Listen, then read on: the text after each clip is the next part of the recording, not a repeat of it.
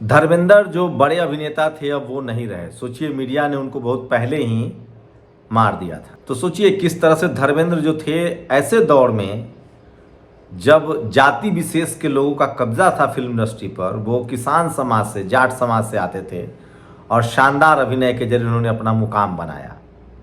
तो आज पूरा देश, पूरी दुनिया और कला जगत धर्मेंद्र को नमन कर रहा है और मनु मीडिया पर थू थू कर रहा है कि उन्होंने उनको जीते जी मार दिया था। दूसरी बड़ी खबर है, जस्टिस बी.आर. गवई साहब आज रिटायर हो गए। उन्होंने कहा है कि मैं रिटायरमेंट के बाद कोई पद नहीं लूंगा।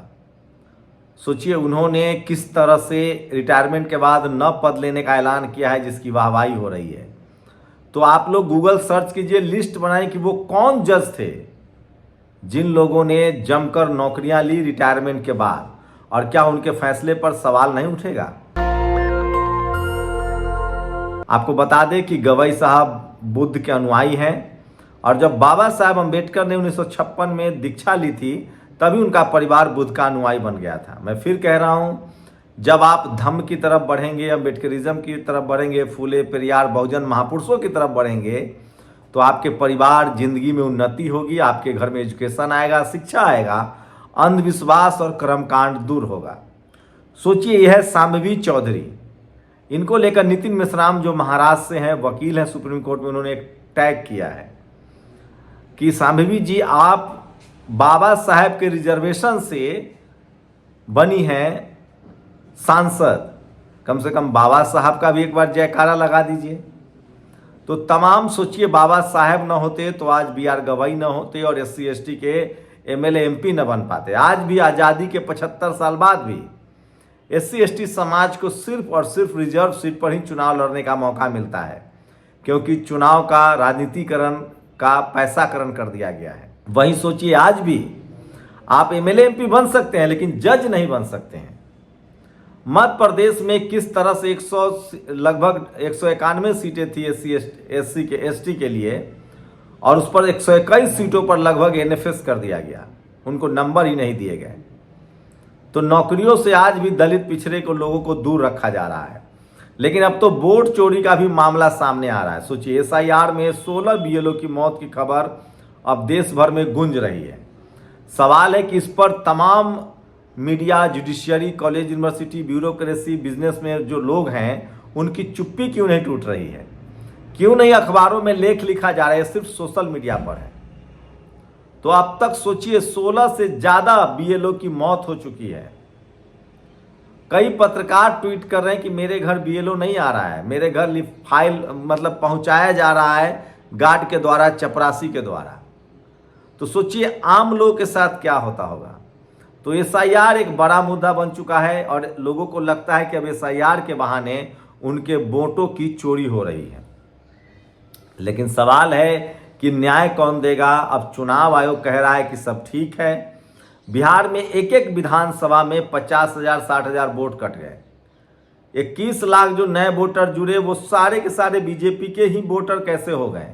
ये वो तमाम बड़े सवाल हैं जो सवाल पूछा जा रहा है और सोचिए कोई बोलने के लिए तैयार नहीं है। मीडिया में प्रशांत किशोर कह रहे हैं कि चोरी की बात बिहार की आम जनता कर रही है। चुनाव में मतदाताओं के अकाउंट में पैसे डाले गए, ये सब जानते हैं। चुनाव में वोट चोरी, SIR, चुनाव आयोग, कई लोग जो बड़े नेता उन्होंने बड़ा गंभीर आरोप लगाए। जगदानंद सिंह ने कहा कि 25,000 करीब वोट जो है वो पहले से EVM में था। भाई वीरेंद्र ने कहा कि 25 से 30,000 वोट पहले से EVM में डाल दिया गया था।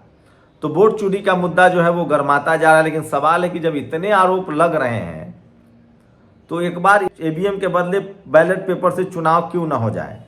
और 19 दिन 17 राज्य 17 BLO की मौत, वोट चोरी अब लोगों की जान ले रही है। सवाल है कि जो BLO मर रहे हैं ये कोई नॉर्मल मौत नहीं है, तो आप क्यों नहीं बोल रहे हैं, क्यों नहीं सवाल उठा रहे हैं? ये सबसे बड़ा सवाल है। और सोचिए एक ये है पूर्व एक्ट्रेस, फिल्म अभिनेत्री, और सलीना जेटली नाम है इनका।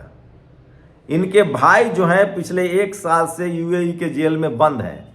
ये आरोप लगा रहे हैं कि भारत सरकार कुछ नहीं कर रहा है। तो सोचिए जब इतने बड़े लोगों की मदद भारत सरकार नहीं कर रही, यही मनमोहन सिंह की सरकार होती तो खाल खींच ली जाती। टीवी अखबार में खबरें चल रही होती, क्योंकि सेलेना जेटली कोई मामूली महिला नहीं है, वो सेलिब्रिटी हैं, वो अभिनेत्री थी, उनके भाई यूएई में बंद हैं। अगर कोई और प्रधानमंत्री होता, कोई दलित पिछड़ा, तो उसकी मीडिया खाल खींच लेता, लेकिन प्रधानमंत्री नरेंद्र मोदी से कोई सवाल पूछ ही नहीं सकता है। तो इस तरह के हालात हैं, सोचिए। तो चलिए, मैं आपको लगातार इस तरह की खबरें बताता रहता हूं। और सोचिए कि अगर एसआईआर होता और दलित पिछड़े किसान आदिवासी अल्पसंख्यक समाज के लोग का नाम बढ़ जाता और सवर्ण समाज का नाम कट जाता, तो क्या तब भी टीवी अखबार खबरें नहीं लिख रहा होता? एक बड़ी खबर आजकल चल रही है, कौन ट्विटर पर किस देश का है? राजू वाल्मीकि चौहान। अब ये सब खबर सामने आ रही है कि ये अकाउंट बेस्ड साउथ एशिया से है। इसका मतलब है कि राजू वाल्मीकि चौहान वाल्मीकि समाज के जो हैं वो नहीं है, उनके बदले में नाम बदलकर कोई नफरत फैला रहा है। तो सोशल मीडिया पर जो दिख रहा है वो है नहीं, जो है वो दिख नहीं रहा है। तो ये तमाम बड़ी खबरें हैं जो सोशल मीडिया पर वायरल है, और सोशल मीडिया ही सच्चा मीडिया है, सोशल मीडिया ही बहुजन मीडिया है। लेकिन सबसे बड़ी खबर जो वायरल है, 19 दिन 6 राज्य 16 मौतें, ईसीआई 0 आंसर, न जांच न डेटा न फुटेज, बस मौन। तो चुनाव आयोग की चुप्पी है चारों तरफ, और ये सबसे बड़ी खबर है जो सोशल मीडिया पर वायरल है। और इसलिए मैं कह रहा हूं कि सोशल मीडिया ही सच्चा मीडिया है, सोशल मीडिया ही बहुजन मीडिया है। नरेंद्र मोदी चुनाव आयोग को बचा रहे हैं, वो बेईमानी पर उतरा हुआ है। दिग्विजय सिंह ने कहा है ये सबसे बड़ी खबरें हैं जो सोशल मीडिया पर वायरल है। तो सोचिए कि चुनाव आयोग 16 से ज़्यादा मौतें हो चुकी है बीएलओ की, और कोई इस पर बात करने के लिए तैयार नहीं है। क्या आपको ये सब कुछ नॉर्मल लगता है? मैंने एक सर्वे किया है, 2 दिन और लेफ्ट है, 463 लोगों ने अब तक वोट किया है। चुनाव आयोग ईमानदार है या बेईमान? बेईमान 85%, ईमानदार 15%। तो सोचिए, सबसे बड़ी खबर है जो सोशल मीडिया पर वायरल है। और लगातार देश भर में फर्जी सर्टिफिकेट के जरिए लोग नौकरी कर रहे हैं। ओबीसी का फर्जी सर्टिफिकेट बनाया जा रहा है, ईबीएस का फर्जी सर्टिफिकेट बनाया जा रहा है, लेकिन सबसे ज़्यादा ईबीएस का फर्जी सर्टिफिकेट बनाया जा रहा है। आज बीआर गवई साहब जो हैं वो रिटायर हो गए हैं। रिटायर होने के बाद कोई सरकारी पद नहीं लूँगा, ये कहना उनकी हिम्मत को दर्शाता है। और काश इस देश के जुडिशियल सिस्टम में ऐसे ही लोग आते। कहा जा रहा है कि बीआर गवई साहब जब कॉलेजियम का हिस्सा बने तो 24 जो एससी एसटी ओबीसी के जज हैं वो हाई कोर्ट में अपॉइंट हुए हैं।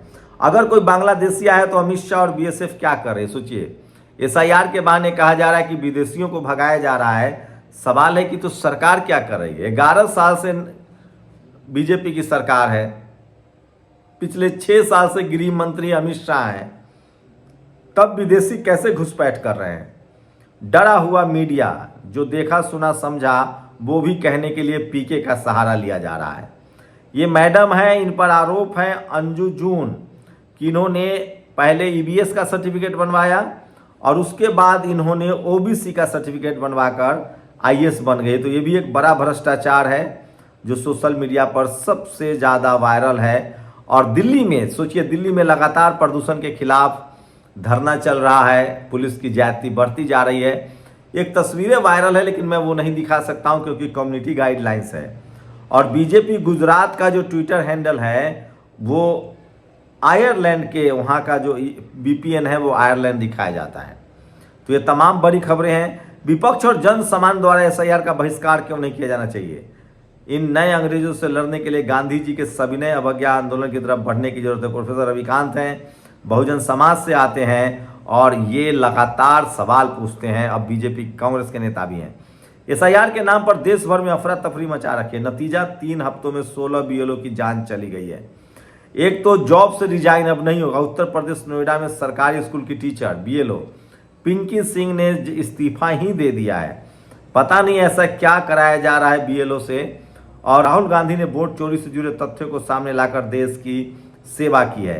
और यह है आईएफएस आकाश शर्मा, पिता doctor BD Sharma retired professor, मां रिटायर्ड लेक्चरर, पारिवारिक पृष्ठभूमि, पूरा परिवार उच्च शिक्षित, आर्थिक रूप से मजबूत।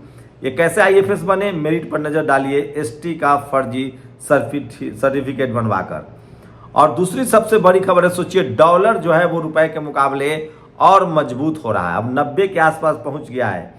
जब प्रधानमंत्री सत्ता में नहीं थे, जब प्रधानमंत्री विपक्ष में थे तो रोज रुपया कमजोर हो रहा है ये नारा देते थे, लेकिन अब चारों तरफ चुप्पी है और अब कोई बोलने के लिए तैयार नहीं है। तो ये 2-3 बड़ी खबरें हैं जो सोशल मीडिया पर वायरल है। और परमानेंट नौकरियों को कॉन्ट्रैक्ट में तब्दील कर सकती है कंपनियां, मोदी सरकार के नए कानून में छूट। एक नया लेबर कानून आया है, काम के घंटे 12 घंटा कर दिया गया है।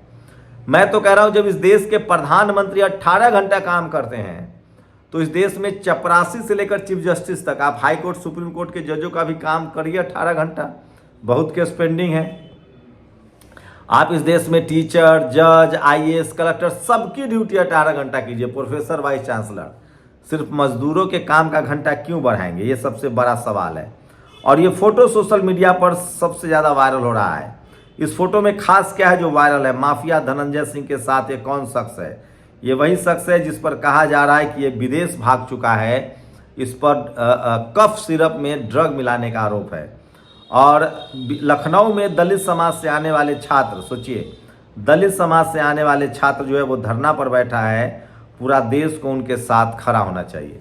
इसलिए मैं कहता हूँ बहुजन मीडिया ही सच्चा मीडिया है, बहुजन मीडिया ही सोशल मीडिया है। शुक्रिया। दस्तक की आपसे गुजारिश है कि अगर इसको बचाना चाहते हैं तो नेशनल दस्तक को सब्सक्राइब करने के लिए रेड कलर के सब्सक्राइब बटन को दबाएं, फिर बेल आइकन की घंटी दबाएं। नेशनल दस्तक को बचाने के लिए बहुत जरूरी है कि हर खबर को शेयर करें, लाइक करें, कमेंट जरूर करें।